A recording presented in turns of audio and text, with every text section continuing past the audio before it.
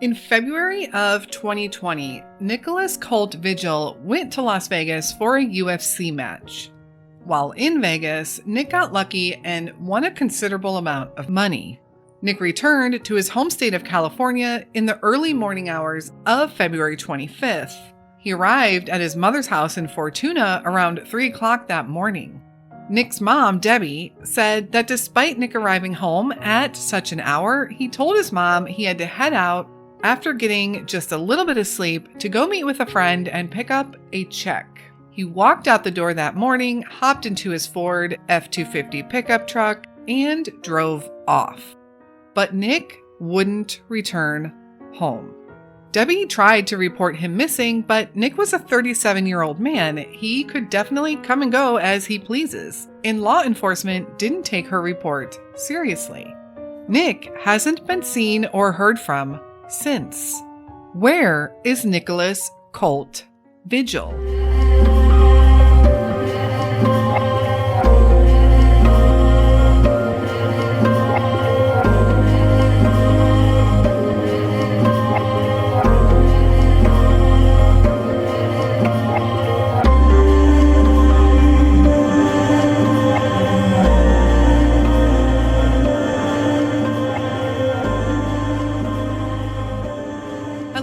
And welcome back to the Where Are They podcast. I was originally going to schedule the case of Nicholas Colt Vigil for one of our bonus episodes because there is very little information to go on here in his case. I didn't think there was enough information to put together a full episode, but as cases sometimes do when I start researching, this one struck a nerve and I really want his story to hit a larger audience. So today, we are going to talk about the case of Nicholas Colt Vigil from Fortuna, California. Also, stay tuned to the end of the episode. We do have a sad update on one of the cases we'd covered back in October, and I will have a little bit more information on that. Before we jump into Nick's story, I want to go to a quick word from one of our sponsors for this episode, Movement and Meals. Movement and Meals is such a great way to stay on track with your health this year. The number one reason people fail at their health and weight loss goals, they give up. Movement and Meals is a newsletter that provides you with an equipment-free workout that you can do at home or at the gym, as well as a recipe for a home-cooked dinner every weekday, all sent to your inbox each morning.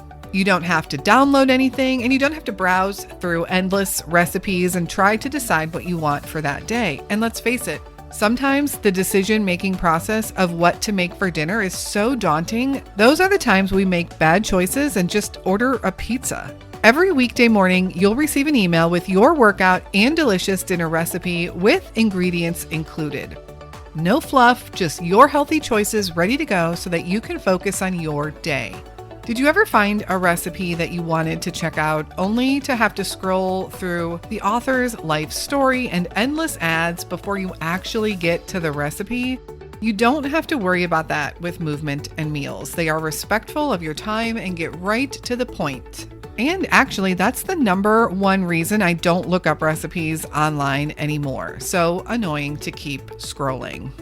Every Saturday morning, you'll receive an email with your shopping list for the next week's recipes so that you can get stocked up and ready for the week. You can try Movement and Meals for free for 2 weeks at movementandmeals.substack.com. I'll also have the link for you in our show notes. After the 2-week free trial, it's just $7 per month. That's 35 cents per day to outsource your healthy decision making and free up your mental energy. They make it so easy. Again, that's movementandmeals.substack.com. It costs nothing to give it a try, and it might just help keep you consistent and on track in your health and wellness journey. Okay, now let's talk about Nicholas Vigil. Nicholas, who I'm going to call Nick from here on out, was a larger-than-life kind of guy. At the time he disappeared, he was 37 years old, 6'1" tall, and weighed 250 pounds. He had also been losing weight, and his mom, Debbie, said he recently had lost around 50 pounds.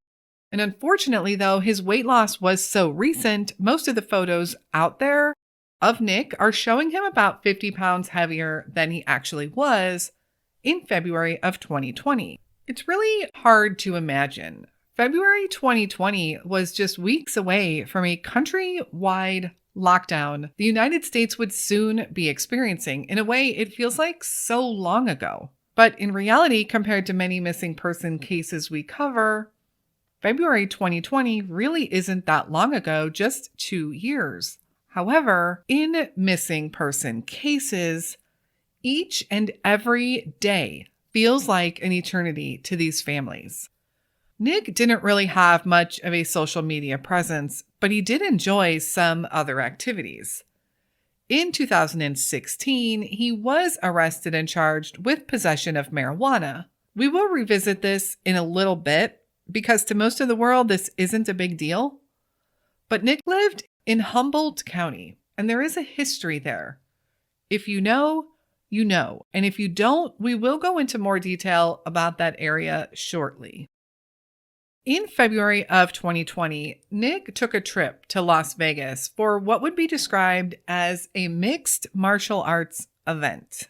And while in Vegas, Nick won a ton of money. And I know you are probably wondering, as am I, what exactly is a ton of money? And I suppose this means different things to different people, of course, but you have to wonder if this event is related to his disappearance or if it is just a random fact about Nick and what happened in the days prior to him going missing. We don't know what exactly he won, and we don't know how he won it. All we know is he did come home with a chunk of money. On February 24th, 2020, Nick left Las Vegas and traveled back to California. He would arrive at his mom's house around 3 a.m. The next morning, or technically actually just a few hours later, Nick left his mom's house, not telling her where he was going, but he did say he would, quote, be right back. End quote. So Nick would leave the house, getting into his gray Ford F-250 pickup truck and drive off. Debbie expected her son home shortly after, but Nick didn't come home. Nick's friend started reaching out, looking for Nick also, saying that Nick never arrived at his house as planned to pick up this check. This concerned Debbie even more, and she eventually expressed her concern to law enforcement, but her pleas for help fell on deaf ears. Authorities didn't really want to be bothered. There was zero evidence that anything had even happened. Nick was 37 years old, and there were no signs of anything nefarious going on. And his truck was also missing, so everyone really just assumed that he had the truck and he had just left town for a while.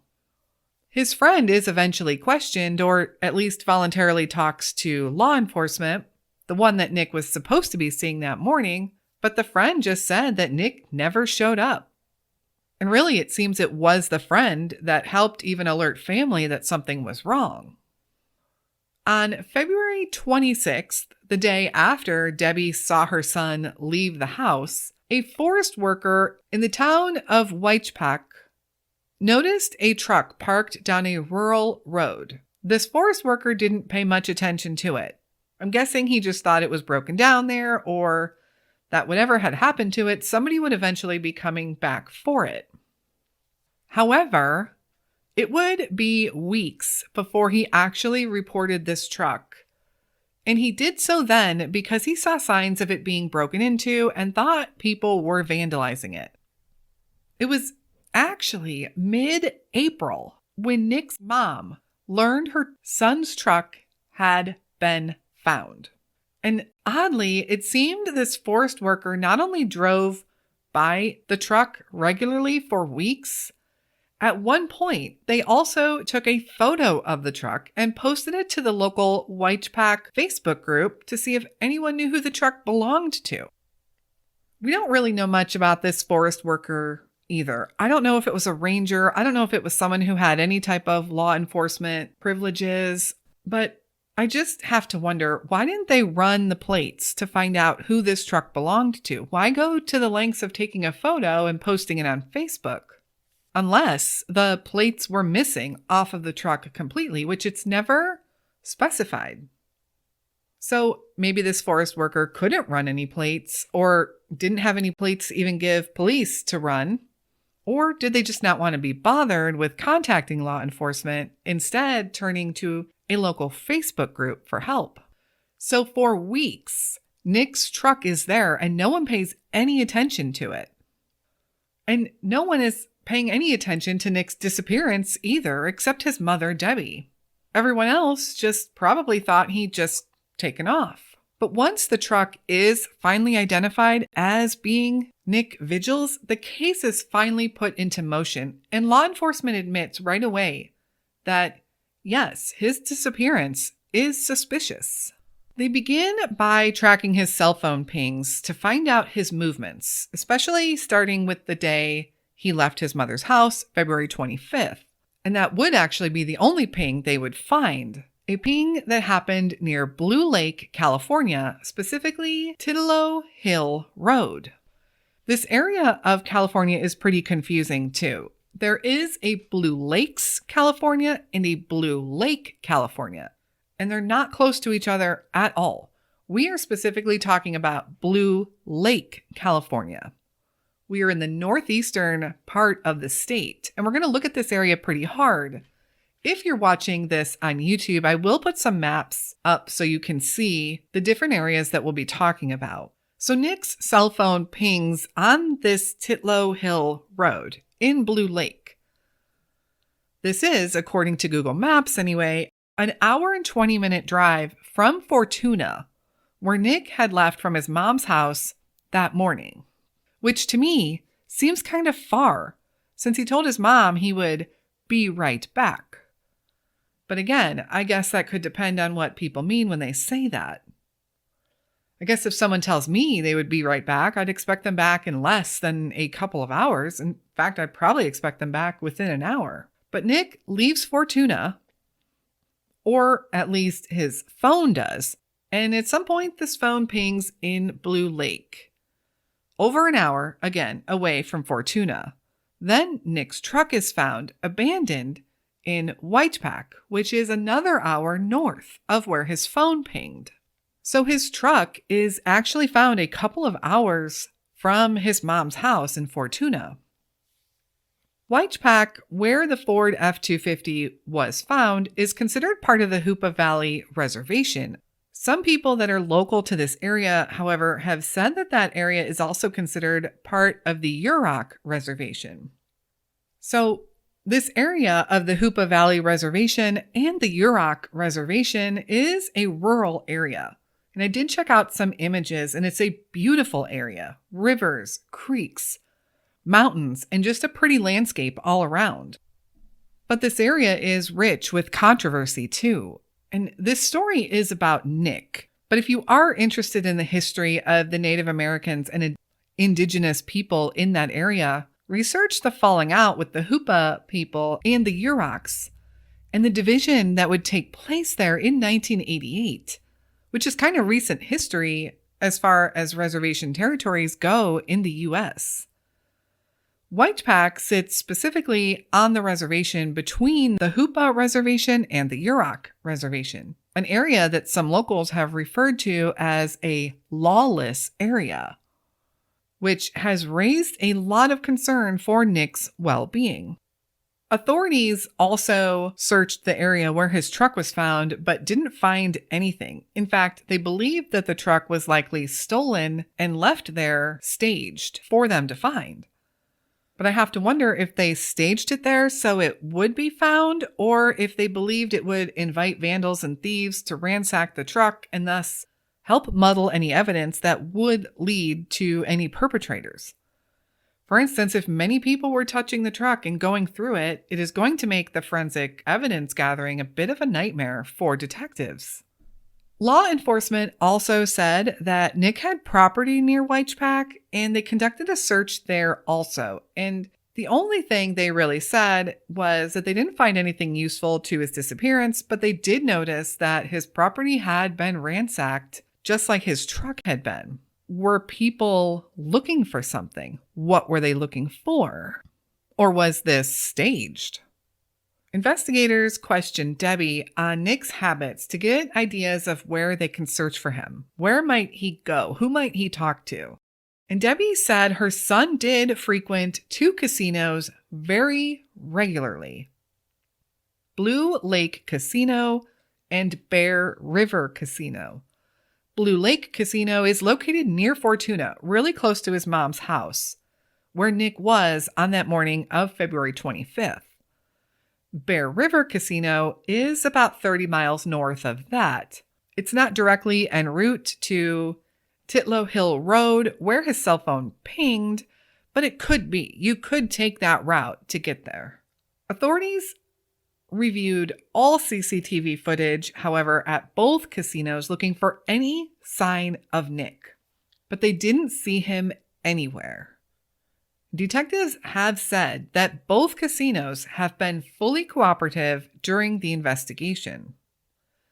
So if he didn't go to his friend's house that morning as he was supposed to, and he didn't go to the casinos that he always went to, where did he go? But while investigators were investigating, the family didn't feel they were taking it seriously enough. And you guys, I see this in almost every case. And you have to imagine the despair that a family is feeling when their loved one is missing. It's heartbreaking. It's heart-wrenching. It has to be the hardest thing to deal with. So of course, they're desperate for answers and desperate for help, and they look to law enforcement to get that. And there's always 2 sides to every story when it comes to the division between these families and law enforcement. But in this case, the division between law enforcement isn't just with Nick's family. It seems to be with most of the people in that area. There are tons of protests and comments and just people coming forward constantly discussing this division, this breakdown. And soon, MMIP activist Jesse Armstrong helps take up the case with Nick's family, speaking to media, organizing protests, and even working with a private investigator to help find answers on Nick's whereabouts. Now, this made me wonder, what was an MMIP activist doing in this case? Nick is listed as a Caucasian in all of his missing person files. Was it because he has been listed incorrectly? And this can be a problem that I've seen before in missing person cases if we don't accurately put information into the system. Or is it because his truck was discovered on or near the Hoopa Reservation? MMIP, if you're wondering, stands for Murdered and Missing Indigenous People. And it could be that he got involved in Nick's case because it took place in an area where we have a bunch of missing and murdered Indigenous people. We actually featured MMIW back in October of last year, missing and murdered Indigenous women, and focused on some unsolved cases of those Indigenous women. Percentage-wise, these cases far outweigh any other group of people in the U.S. when it comes to missing persons. The statistics are absolutely shocking. And almost every Indigenous person either knows someone who has gone missing or knows someone who has been a victim. So I thought it was interesting to read that Jesse Armstrong and the MMIP came in, but the more help, the better. And the protests that took place in Humboldt County were pretty intense. At one point, they hung a red dress up in front of the coroner's office, protesting autopsy results in that area. Many people in the county believe that they are mislabeling deaths as drug overdoses, when in fact, they are not. And there are so many people they are standing in protest for, Nick Vigil just being one of them. Tawny Dean James, 32 years old, a suspicious death in August of 2020 listed as an overdose. Tavia Starella Metzger, 33 years old, suspicious death, also in August of 2020, also listed as an overdose. B.B. Simmons, a 75-year-old Berkeley musician, disappeared in September of 2020. Her car was found abandoned on Snow Camp Road in Humboldt County, and I do believe they may have found her remains a while later, but information hasn't been widely shared to confirm or for me to give you any more details on that. And then there's the case of Mikey Logan, found deceased in a Hoopa River that summer, the summer of 2020. All of these people died in 2020, and the list goes on from there. There is so little information on Nick Vigil and so few people talking, despite the obvious signs of something going wrong, and a mother and activist working daily still to try to raise awareness. I continued to research the Hoopa Valley Reservation and the Yurok Reservation and all parts of Humboldt County, California. And if Humboldt County, California sounds familiar, you maybe know it from the Netflix series Murder Mountain. Full disclaimer here, I have not watched it, but the premise of this series takes place in an area of California, often called the Emerald Triangle, and makes up part of what is called Murder Mountain. Murder Mountain, in fact, was originally titled Murder Mountain, Welcome to Humboldt County. So this case has taken us straight to the epicenter of Murder Mountain. I got this info here on that area in the show straight from Wikipedia. Netflix picked up the series and it premiered on the platform on December 28th, 2018. The show covers an area of Northern California's Humboldt County, including the local marijuana industry and multiple disappearances and murders that have occurred in the surrounding mountain range. Much of the show follows the case of 29-year-old Garrett Rodriguez, a cannabis grower who was found murdered in the region back in 2013. So you might be wondering, just because Nick's truck was found in the center of this very controversial area, does that really have anything to do with Nick's disappearance? Well, maybe nothing, of course. But I want to take you back to 2016 when Nick was arrested and charged with marijuana possession. In addition to being charged with possessing marijuana, if you read through the court documents, he was also charged with running a little operation of growing marijuana. And he allegedly owned property or had property in Weichpack, which is technically part of the Yurok Reservation and is considered Humboldt County. There are many people in that area that have gone missing. And now it makes you wonder if this had anything to do with Nick's disappearance. Was he another victim in Murder Mountain? Is the crime rate there part of the reason that investigators haven't taken his case as seriously as they could have? I wonder if they kind of turn a blind eye to the drug operations that are going on there, or if they're just so overwhelmed because there's so much going on there and so many cases that they just can't keep up. Jesse Armstrong will point out that Nick's truck wasn't reported to authorities for 46 days. It sat on the side of the road with the forest worker driving by it regularly for 46 days. 46 days that Nick's mom, Debbie, was looking for her son and his truck. Authorities didn't begin even searching for Nick or investigating his case for 46 days. So maybe Nick was still messed up in the operations there on Murder Mountain, or maybe he wasn't. And I have a couple of thoughts on his disappearance. Maybe someone who knew about his recent win in Vegas came looking for him with the intention to rob him, and the robbery went bad. But whoever this was, or whoever these people were, seemed pretty comfortable in getting rid of any and all evidence, including Nick himself. Or that morning, February 25th, when he left his mom's house, maybe he met up with someone else, someone regarding his connection to the marijuana growing operations out there. But if so, why did he skip going to his friend's house first? Was he intending to go to his friend's house right after a meetup?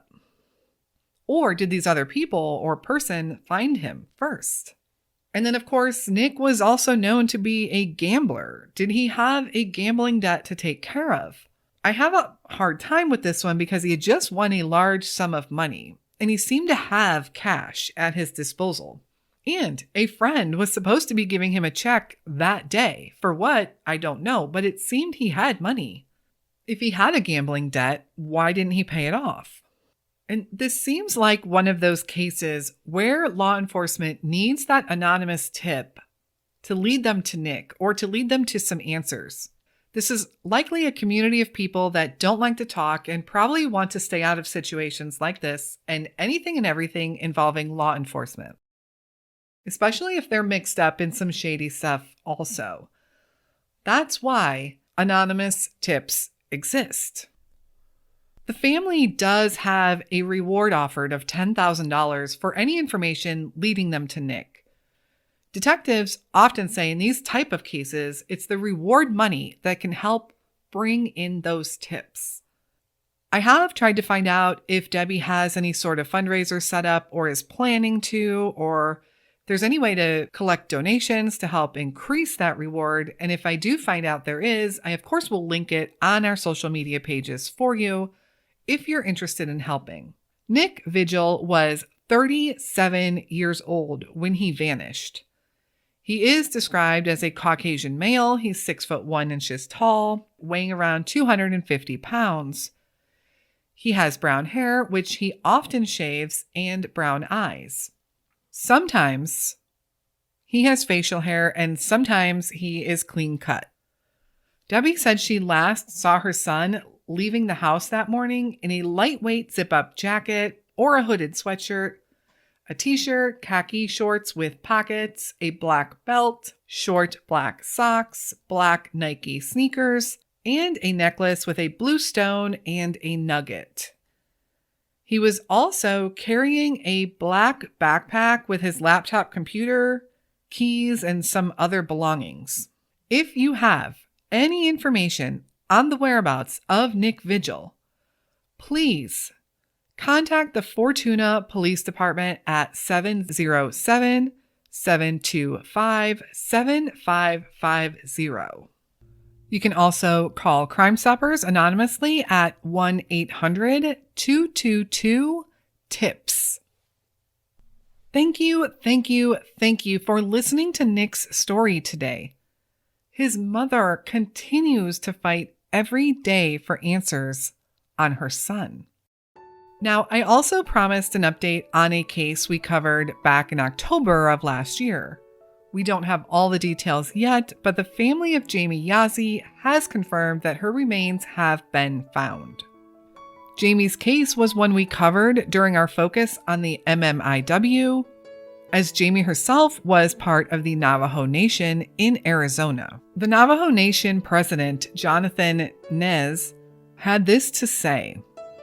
Today, Navajo Nation President Jonathan Nez offers condolences to the family and relatives of Jamie Lynette Yazzie, a member of the Navajo Nation who went missing in June of 2019.